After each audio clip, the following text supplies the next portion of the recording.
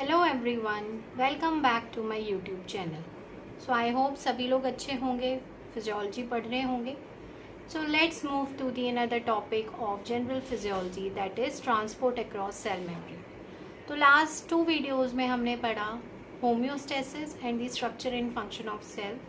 So today we will start with the transport mechanism across the cell membrane.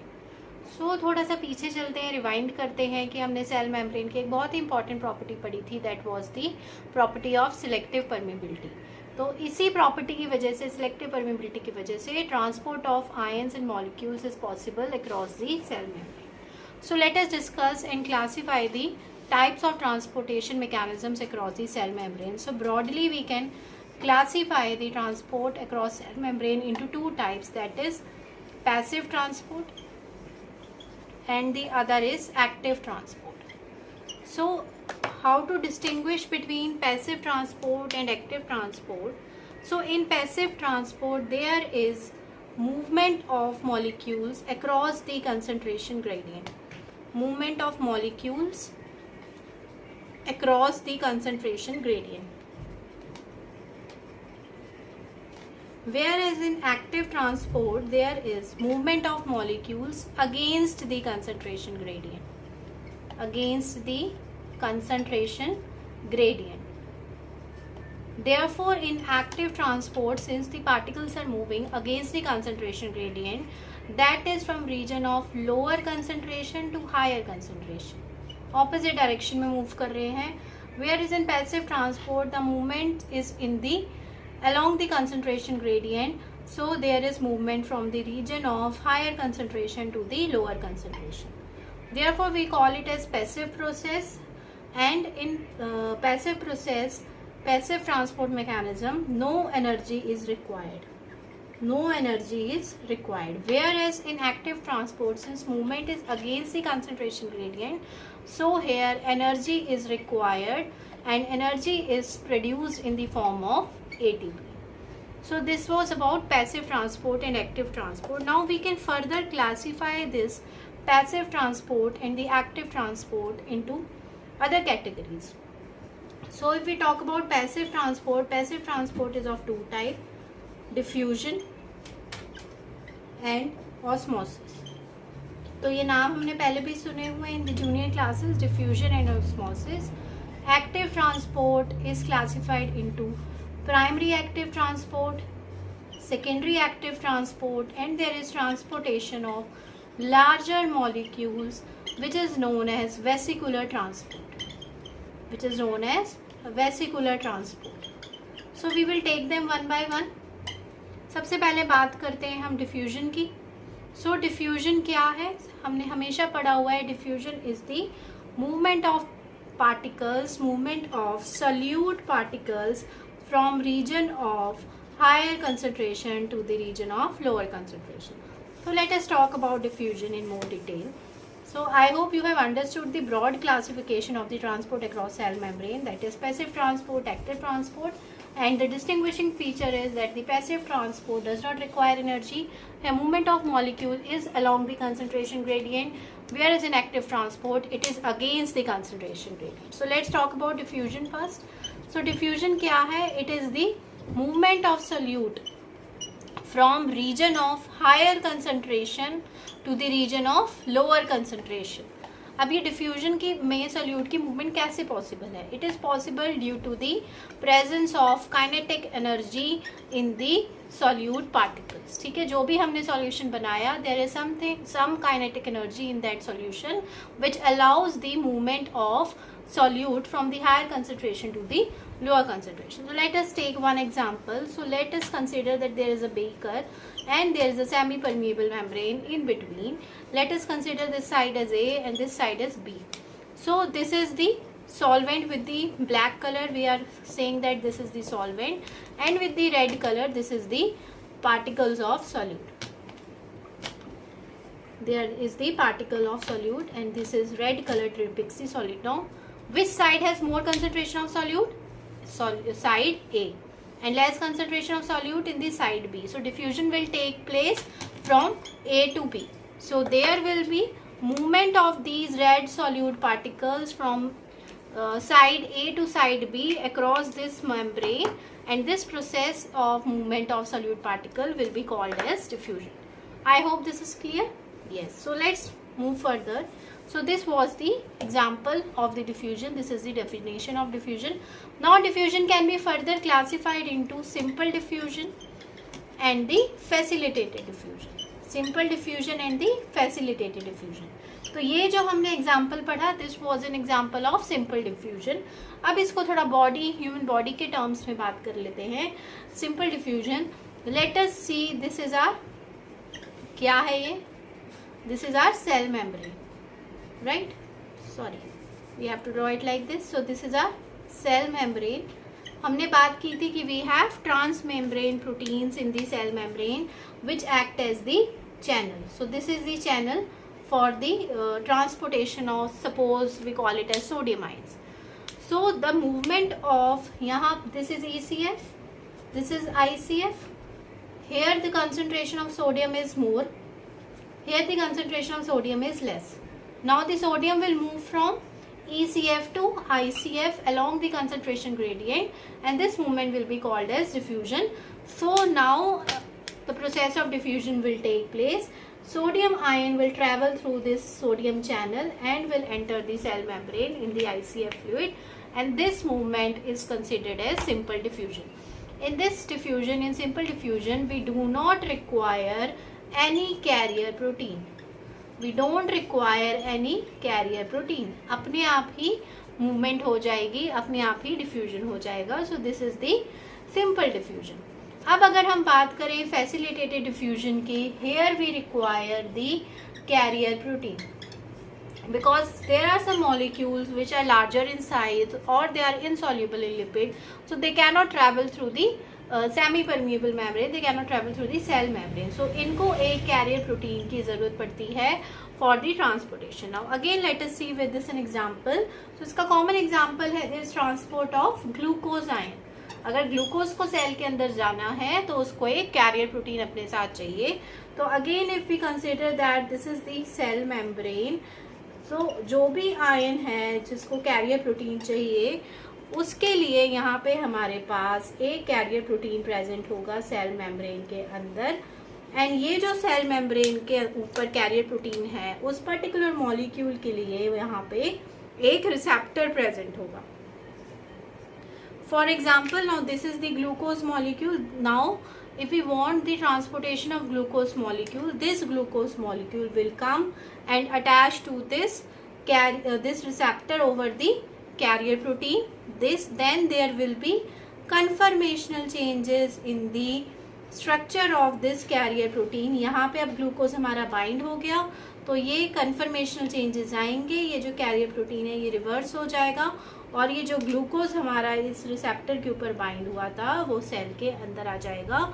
And this was the facilitated diffusion. तो यहाँ पे carrier protein की मदद से molecule है वो सेल के अक्रॉस ट्रैवल कर गया. सो this is the facilitated diffusion, जिसका बेसिक एग्जांपल है ग्लूकोज. कॉमन एग्जांपल है कि उसको एक कैरियर प्रोटीन की हेल्प चाहिए. ये बहुत सिंपल है. सपोज इसको अगर हम नॉर्मल डेली लाइफ में देखें कि अगर एक क्लास चल रही है and if the students are late in the class, so they are afraid कि अब उनको डांट पड़ेगी, कैसे अंदर जाएं. So what we will do, they will find a carrier protein, they will find another teacher, they will take the help of another teacher कि ma'am हमें क्लास के अंदर जाना है. So what that teacher will do, that teacher will act as the career protein. They will, she will और he will take the students along with her and will leave them in the class and will come back. So यहाँ पे यही काम हमारे इस carrier protein ने किया. उसने ग्लूकोज को अपने ऊपर अटैच करवाया on the receptor present on it. फिर कन्फर्मेशनल चेंजेस आए, ग्लूकोज को क्लास के अंदर छोड़ दिया, मतलब ग्लूकोज को ICF में छोड़ दिया, और कैरियर प्रोटीन वापस से अपनी नॉर्मल पोजीशन में आ गया, जैसे कि टीचर क्लास में बच्चों को छोड़ के वापस अपनी जगह पे पहुंच गया, अपने ऑफिस में पहुंच गया. So this was all about diffusion. So we can classify them into simple diffusion and facilitated diffusion. Now there are certain factors that will affect the rate of diffusion. So first factor is there are two categories of factor. So directly proportional and other is the inversely proportional. So what are the factors that will affect the rate of diffusion? First of all, it is the concentration gradient. जितना ज़्यादा concentration gradient होगा उतना ज़्यादा rate of diffusion fast होगा. दो membranes या दो membrane के across जितना ज़्यादा difference होगा concentration में उतना ज़्यादा rate of diffusion will be faster. Then another factor we have cross section area of the membrane. Cross section area of the membrane. जिस मेम्ब्रेन के अक्रॉस डिफ्यूजन हो रहा है जितना ज़्यादा एरिया होगा उस मेम्ब्रेन का the rate of diffusion will be more. So again it is directly proportional to the rate of diffusion. Third factor is the temperature. तो जितना ज़्यादा टेम्परेचर हाई होगा उतनी ज़्यादा काइनेटिक एनर्जी होगी and there will be more rate of diffusion. अब inversely proportional क्या है? मतलब साइज ऑफ मॉलिक्यूल. मॉलिक्यूल का साइज, अगर कोई मॉलिक्यूल का साइज हम बढ़ा देंगे तो रेट ऑफ डिफ्यूजन उतना स्लो हो जाएगा. सो this is inversely proportional. Next is the thickness of the membrane. Thickness of the membrane. If the membrane across which diffusion has to take place, if that is thick, its thickness is increasing, then the rate of diffusion again it will decrease. So it is the factor which is inversely proportional to the rate of diffusion. I hope you have got it. Diffusion I hope आपको समझ आ गया होगा. Now let's move to another mechanism of the passive transport, that is the osmosis. So osmosis हमने पहले सुना हुआ है ये टर्म, राइट? सो ऑस्मोसिस क्या है? How will you define osmosis? थोड़ा डिफ्यूजन पे फिर से चलते हैं. डिफ्यूजन क्या है? That is the movement of solute from the region of higher concentration to the region of lower concentration. अब ऑस्मोसिस में क्या हो रहा है? There is movement of the solvent. यहाँ पे डिफरेंस क्या है? सॉल्वेंट. वहाँ पे सॉल्यूट मूव हो रहा था, यहाँ पे solvent move हो रहा है. So there is movement of the solvent from region of higher concentration of solute to the region of lower concentration of solute.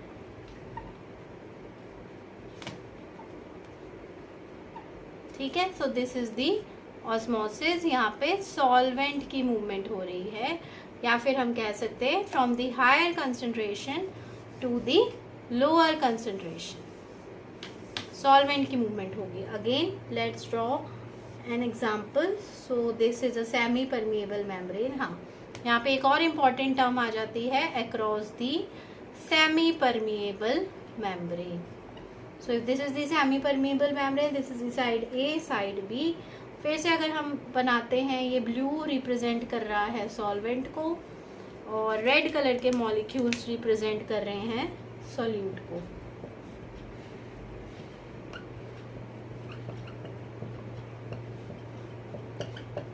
अब यहाँ पे बी साइड में सॉल्यूट ज़्यादा है, इधर सॉल्वेंट, इधर सॉल्यूट कम है. तो सॉल्वेंट की मूवमेंट किस डायरेक्शन में होगी? From the region of lower concentration of the solute to the region of higher concentration of the solute. So this movement of solvent will be termed as osmosis and most important across a semi permeable membrane. ये बहुत ज़रूरी है लिखना definition में कि osmosis semi permeable membrane के बिना नहीं हो सकता.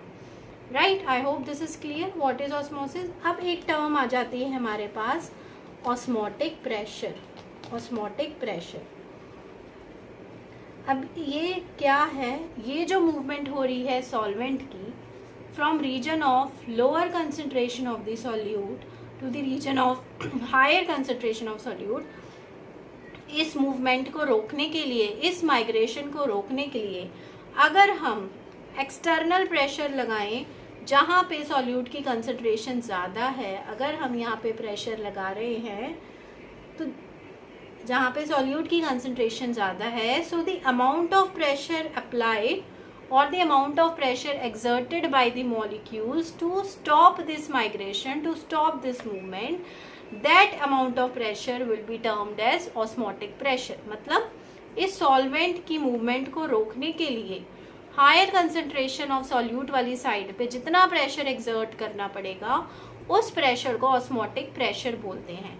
ब्लड के अंदर हमारे पास प्लाज्मा प्रोटीन्स होते हैं, प्लाज्मा प्रोटीन्स आर प्रेजेंट। वो जो ऑस्मोटिक प्रेशर एक्सर्ट करते हैं उस ऑस्मोटिक प्रेशर को ऑन्कोटिक प्रेशर बोला जाता है। ठीक है, ये तो हो गया ऑस्मोसिस। अब ब्लड के रिलेशन में ऑस्मोसिस या फिर क्लिनिकल सिग्निफिकेंस की अगर हम बात करें ऑस्मोसिस में, तो क्या इसकी क्लिनिकल सिग्निफिकेंस होगी कि ब्लड के साथ, ब्लड के प्लाज्मा के साथ जिस सॉल्यूशन की टोनिसिटी, मतलब जिस सॉल्यूशन की ऑस्मोलैलिटी, ऑस्मोटिक कंसंट्रेशन मिलती है, सेम होती है, that particular solution is known as isotonic, right. जिसकी ऑस्मोलैलिटी, जिस सॉल्यूशन की ऑस्मोलैलिटी ब्लड प्लाज्मा से कम होती है, that is known as hypotonic solution. जिसकी concentration, osmotic concentration blood plasma से ज़्यादा होती है, that particular solution is known as hypertonic solution. तो अब इसकी क्लिनिकल सिग्निफिकेंस कहाँ पे आती है कि बहुत बार ऐसा होता है कि सडन आपके पास कोई केस आया है, बर्न का केस है, डिहाइड्रेशन हो गई है या रोड साइड एक्सीडेंट हो गया है, मतलब ओवरऑल ब्लड वॉल्यूम कम हो गया due to any reason, bleeding की वजह से, डिहाइड्रेशन की वजह से या आपके बर्न्स की वजह से वॉल्यूम कम हो गया फ्लूइड का बॉडी के अंदर। तो जब तक ब्लड ट्रांसफ्यूजन अरेंज नहीं होता तब तक हम क्या करते हैं, सबने देखा होगा, आईवी फ्लूइड्स अप्लाई करते हैं, आईवी फ्लूइड्स देते हैं, एडमिनिस्टर करते हैं पेशेंट को। क्या होता है उन आईवी फ्लूइड्स के अंदर, दैट इज नॉर्मली हम क्या कहते हैं, नॉर्मल सलाइन दे दो। बहुत बार हम ये टर्म सुनते हैं, पेशेंट को नॉर्मल सलाइन चढ़ा दो। सो दैट नॉर्मल सलाइन क्या है, दैट इज 0.9% NaCl। एंड ये जो 0.9% NaCl है ये आइसोटोनिक है ब्लड प्लाज्मा के साथ। तो जब ये हम पेशेंट को एडमिनिस्टर करते हैं तो इमीडिएटली हमारे ब्लड का वॉल्यूम या बॉडी के फ्लूइड का वॉल्यूम इंक्रीज हो जाता है और पेशेंट को हम शॉक में जाने से रोक सकते हैं, कार्डियोवैस्कुलर फेलियर होने से रोक सकते हैं। Instead of waiting for the blood transfusion we immediately apply as an emergency treatment, that is कि नॉर्मल सलाइन दे दो, या फिर हम रिंगर लैक्टेट्स कई बार सुनते हैं कि पेशेंट को रिंगर लैक्टेट दे दो, क्रिस्टलॉइड है। तो इस तरीके के आईवी फ्लूइड्स पेशेंट को एडमिनिस्टर किए जाते हैं। तो वहाँ पे हमारी ऑस्मोटिक की, ऑस्मोसिस कंसंट्रेशन की इम्पॉर्टेंस है, क्लिनिकल वैल्यू है। So this is passive transport. ठीक है, पैसिव ट्रांसपोर्ट हमारा यहाँ पे कंप्लीट होता है। डिफ्यूजन है, ऑस्मोसिस है, देन डिफ्यूजन के टाइप्स हैं, सिंपल एंड फैसिलिटेटेड, फिर हमने उसके एग्जाम्पल्स पढ़ लिए। Now we will move to the, कौन सा, yes, we will move to the active transport. ठीक है, एक्टिव ट्रांसपोर्ट क्या है, तो एक्टिव ट्रांसपोर्ट की हमने पहले ही बात कर ली थी। एनर्जी चाहिए जहाँ पे, that is the active transport. और यहाँ पे मूवमेंट कहाँ पे हो रही है, अगेंस्ट द कंसंट्रेशन ग्रेडियंट। ये टर्म हमें हमेशा याद रखनी है कि अगेंस्ट द कंसंट्रेशन ग्रेडियंट हो रही है, इसलिए एनर्जी चाहिए in the form of ATP, correct. तो इसको हमने क्लासीफाई कर दिया था into primary transport and the secondary transport. So primary transport में क्या है, कैरियर प्रोटीन चाहिए। एक्टिव ट्रांसपोर्ट में दोनों जगह पे हमें कैरियर प्रोटीन चाहिए, सेकेंडरी में भी हमें कैरियर प्रोटीन चाहिए। लेकिन फर्क क्या है, जो प्राइमरी ट्रांसपोर्ट है हमारा, वहाँ पे जो कैरियर प्रोटीन है उसके पास ATPase एक्टिविटी होती है। मतलब जो कैरियर प्रोटीन है वो खुद ही एनर्जी को जनरेट कर लेता है। ATPase एंजाइम होता है उसके पास जो ATP को हाइड्रोलाइज करके एनर्जी बनाता है। लेकिन जो यहाँ पे कैरियर प्रोटीन है, यहाँ पे डोंट पोजेस ATPase एक्टिविटी, इसके पास ATPase एक्टिविटी प्रेजेंट नहीं होती। जो सेकेंडरी ट्रांसपोर्ट है इसको हम डिवाइड कर सकते हैं into 3 categories depending upon the direction of the movement of ions, that is uniport. Uniport में क्या हो रहा है, एक ही डायरेक्शन में एक ही आयन की मूवमेंट हो रही है। Then we have symport, 2 ions की मूवमेंट हो रही है in the same direction. And then we have antiport, 2 ions की मूवमेंट हो रही है but in the opposite direction. Symport को हम को ट्रांसपोर्ट भी बोल देते हैं कि एक ही डायरेक्शन में मूव कर रहा है। एंटीपोर्ट को हम काउंटर ट्रांसपोर्ट भी बोल सकते हैं। ठीक है, अब जो हमारा प्राइमरी ट्रांसपोर्ट है इसका बहुत अच्छा एग्जाम्पल है, that is sodium potassium pump. And ये बहुत इंपॉर्टेंट भी है, एग्जाम में डेफिनेटली आता ही आता है। Sodium potassium pump. इसके अलावा वी हैव कैल्शियम पंप हमारी बॉडी में, but we will see this sodium potassium pump in more detail. जो हमारा सिम्पोर्ट है, इसका एग्जाम्पल है movement of glucose in the intestine. एक ही डायरेक्शन में मूव कर रहे हैं, सोडियम चाहिए इसको ग्लूकोज को कैरी करने के लिए। जो हमारा एंटी ट्रांसपोर्ट है, यहाँ पे हो रही है movement of sodium and hydrogen ions in the renal tubules, जो कि ऑपोजिट डायरेक्शन में होगी। सो दिस इज दी एंटीपोड। अब चलो हम आ जाते हैं, थोड़ा सा सोडियम पोटेशियम पंप को डिटेल में पढ़ लेते हैं, बिकॉज ये आता ही है डेफिनेटली एग्जाम में question, mechanism of the sodium potassium pump. अब है क्या चीज़ ये सोडियम पोटेशियम पंप? नाम से ही पता चल रहा है सोडियम पोटेशियम पंप। तो दो आयंस तो यहाँ पे इन्वॉल्व होंगे ही, सोडियम और पोटेशियम की मूवमेंट हो रही है, उनका ट्रांसपोर्ट हो रहा है, ठीक है।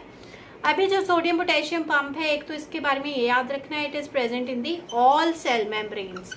हर एक सेल की सेल मेम्ब्रेन में, बॉडी में जितनी भी सेल है उन सभी की सेल मेम्ब्रेन में सोडियम पोटेशियम पंप प्रेजेंट होता है। ये इलेक्ट्रोजेनिक है। इलेक्ट्रोजेनिक है मतलब इलेक्ट्रिकल चार्जेस को क्रिएट करता है।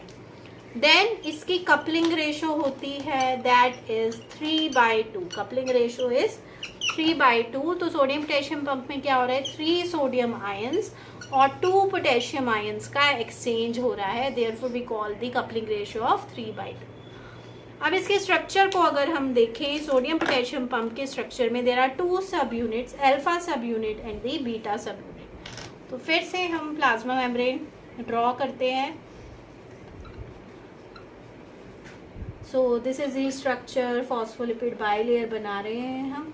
अब ये सोडियम पोटेशियम पंप क्या है, एक कैरियर प्रोटीन है। कैरियर प्रोटीन है जिसके पास अपनी एटीपीएस एक्टिविटी है, जिसके 2 सब यूनिट्स हैं, alpha unit and the beta unit. So suppose this is 1 सब unit, this is the alpha unit and this is the beta unit. अब ये जो अल्फा यूनिट है और बीटा यूनिट है, इसके पास क्या क्या फीचर्स है? इसके पास एक तो एटीपी बाइंडिंग साइट है, ठीक है, 3 बाइंडिंग साइट है इसके पास, एटीपी बाइंडिंग साइट है। फिर इसके पास 3 सोडियम को बाइंड करने की साइट है, और इन दोनों यूनिट्स पे ATPase binding, ATPase enzyme present है, ठीक है, उसकी बाइंडिंग साइट है। जो इसका आउटर सरफेस है वहाँ पे 2 पोटेशियम के लिए बाइंडिंग साइट है। तो ये हमारा ECF हुआ, ये हमारा ICF हुआ। अब ये 2 स्टेप्स में काम करता है। तो फर्स्ट स्टेप में क्या हो रहा है, 3 सोडियम जो ICF के अंदर हैं, ICF में सोडियम की कंसंट्रेशन फिलहाल ज़्यादा है, सो ये 3 सोडियम हमारे इस बीटा सब यूनिट के साथ बाइंड करेंगे। जैसे ही 3 सोडियम बाइंड करेंगे, जो यहाँ पे ATP बाइंड कर जाएगा। ATP बाइंड होते ही ATPase की हाइड्रोलिसिस शुरू हो जाएगी, क्योंकि यहाँ पे हमारे पास एंजाइम प्रेजेंट है ATP को ब्रेक करने के लिए। So that ATP will be hydrolyse into ADP plus inorganic phosphate plus energy. Energy मिलते ही, जैसे ही ATP हाइड्रोलाइज हुआ, एनर्जी मिलते ही ये जो हमारा पूरा कैरियर प्रोटीन है, इसमें कन्फर्मेशनल चेंजेस आ जाएंगे, ये पूरा घूम जाएगा। जैसे ही घूम जाएगा तो क्या होगा, ये वाली साइड ऊपर पहुंच जाएगी, तो हमारे 3 सोडियम सेल में से बाहर चले जाएंगे, ये साइड अंदर पहुंच जाएगी और 2 पोटेशियम हमारे पास अंदर आ जाएंगे। सो कपलिंग रेशो 3/2 की हो जाएगी। So 3 sodium will move outside the cell and 2 potassium will come inside the cell. अब इलेक्ट्रोजेनिक प्रॉपर्टी हमने पढ़ी थी, वो कैसे है कि जब हमारे ICF में से ECF के अंदर 3 सोडियम बाहर जाएंगे, तो मतलब 3 पॉजिटिव चार्जेस बाहर जा रहे हैं, उसके बदले में 2 पोटेशियम अंदर आ रहे हैं, मतलब 2 पॉजिटिव चार्जेस अंदर आ रहे हैं। तो ओवरऑल क्या हुआ, हमारा एक जो पॉजिटिव चार्ज था उसका लॉस हुआ हमें, तो इसलिए इलेक्ट्रोजेनिक पंप है। तो यहाँ पे अब क्या हो जाएगा, चार्जेस की जो कंसंट्रेशन है वो डिफरेंट हो जाएगी। जो हमारा ICF है वो compare to the ECF less positive होगा या फिर रिलेटिवली नेगेटिव होगा। तो इसने एक इलेक्ट्रिकल ग्रेडियंट क्रिएट कर दिया ECF और ICF में। So it is electrogenic in nature. दूसरा इसका फीचर ये है कि ECF और ICF में सोडियम की कंसंट्रेशन को बना के रखता है, सेल के साइज को कांस्टेंट रखता है। तो अगर ये सोडियम पोटेशियम पंप ना होता तो जो सेल के अंदर है ICF में सोडियम की कंसंट्रेशन बढ़ती जाती, जहाँ पे सोडियम है वहाँ पे वाटर तो आएगा ही आएगा, तो वहाँ पे वाटर एब्जॉर्ब होता, cell would have swollen up and it would have bursted. ठीक है, तो ये सेल के साइज को कांस्टेंट रख रहा है। आई होप क्लियर हुआ आपको सोडियम पोटेशियम पंप। तो इस पे क्वेश्चन डेफिनेटली आता है, you have to understand its structure. इसका मैकेनिज्म 2 स्टेप्स में इसका मैकेनिज्म है, आप डायग्राम्स के साथ उसको एक्सप्लेन कर सकते हैं, step 1 step 2। So this was all about sodium potassium pump. तो ये हो गया हमारा प्राइमरी एक्टिव ट्रांसपोर्ट। अब आ जाते हैं हम सेकेंडरी एक्टिव ट्रांसपोर्ट पे। सो सेकेंडरी एक्टिव ट्रांसपोर्ट में क्या था कि कैरियर प्रोटीन है, लेकिन हमारे पास क्या नहीं है, उसके पास ATP, इसकी एक्टिविटी नहीं है, राइट। तो इसका हमने पढ़ा, क्या पढ़ा था, यूनिपोर्ट है, सिमपोर्ट है एंड एंटीपोर्ट है। बहुत ही सिंपल है। तो यूनिपोर्ट और सिमपोर्ट में क्या हो रहा है, सपोज ये हमारी इंटेस्टाइन है, इसमें सोडियम ग्लूकोज को अपने साथ लेके जा रहा है, तो सोडियम और ग्लूकोज एक ही डायरेक्शन में जा रहे हैं, इसलिए सिमपोर्ट है। एंटीपोर्ट में क्या हो रहा है, ये सपोज हमारी इंटेस्टाइन रीनल ट्यूब्यूल है, उसका रीनल ट्यूब्यूल का ल्यूमिन है, ये हमारा ECF है। तो इसमें सोडियम अगर ल्यूमिन के अंदर आ रहा है तो हाइड्रोजन बाहर जा रहा है, they are moving in the opposite direction, so this is the antiport, right. So this is the secondary active transport. अब हमारे पास था वेसिकुलर ट्रांसपोर्ट, जिसमें 2 प्रोसेसेस थे, एंडोसाइटोसिस एंड एक्सोसाइटोसिस। तो एंडोसाइटोसिस क्या है, किसी भी लार्जर मॉलिक्यूल की मूवमेंट अंदर की तरफ होना। तो ये इसमें 2 चीजें आ जाती है, पिनोसाइटोसिस एंड दी फैगोसाइटोसिस। तो ये फैगोसाइटोसिस हम आगे पढ़ेंगे जब मैक्रोफेज का एक्शन करेंगे। तो पिनोसाइटोसिस क्या है, कोई वेसिकुलर ट्रांसपोर्ट हमें तब जरूरी है जब बहुत बड़ा मॉलिक्यूल है, लार्जर मॉलिक्यूल है, जो कि ना डिफ्यूजन से ना ऑस्मोसिस से सेल मेम्ब्रेन को क्रॉस कर सकता है। तो पिनोसाइटोसिस में होगा क्या, सपोज ये कोई भी फॉरेन पार्टिकल है जिसने अंदर जाना है, तो इस फॉरेन पार्टिकल के लिए हमारी जो सेल मेम्ब्रेन है उसके पास रिसेप्टर प्रेजेंट होगा। ठीक है, ये फॉरेन पार्टिकल आके इस रिसेप्टर पे बाइंड कर जाएगा। ठीक है, ये रिसेप्टर के साथ फॉरेन पार्टिकल बाइंड कर गया। जब ये बाइंड करेगा तब क्या होगा, जो हमारी सेल मेम्ब्रेन है वो उस जगह पे से इनवेजिनेट कर जाएगी। ठीक है, इनवेजिनेशन हो गई, ये रिसेप्टर और ये फॉरेन पार्टिकल इस इनवेजिनेशन में फिट हो गया।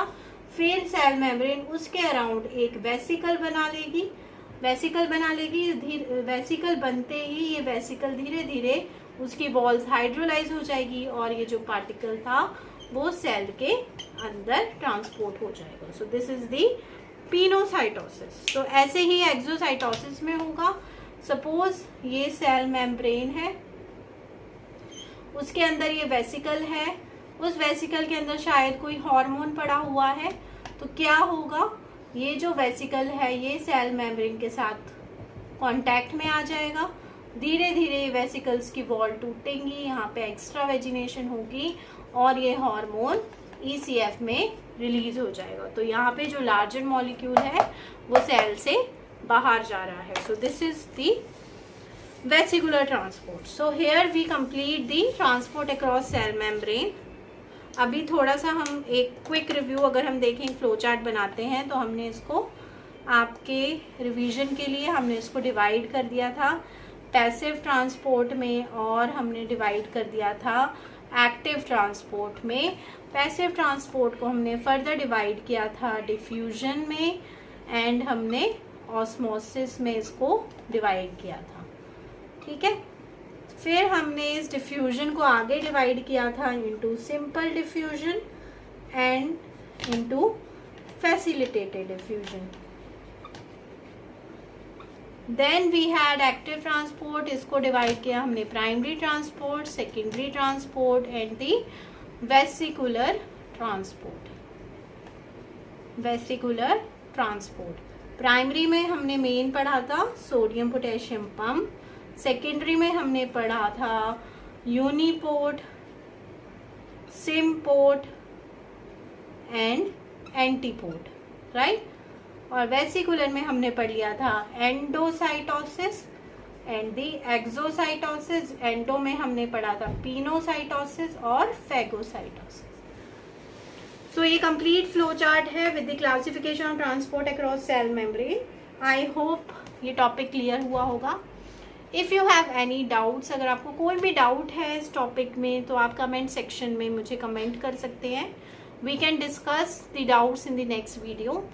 एंड नेक्स्ट वीडियो में we will start with the intercellular junctions, another topic of the general physiology. So please like, share and subscribe my channel. Thank you so much.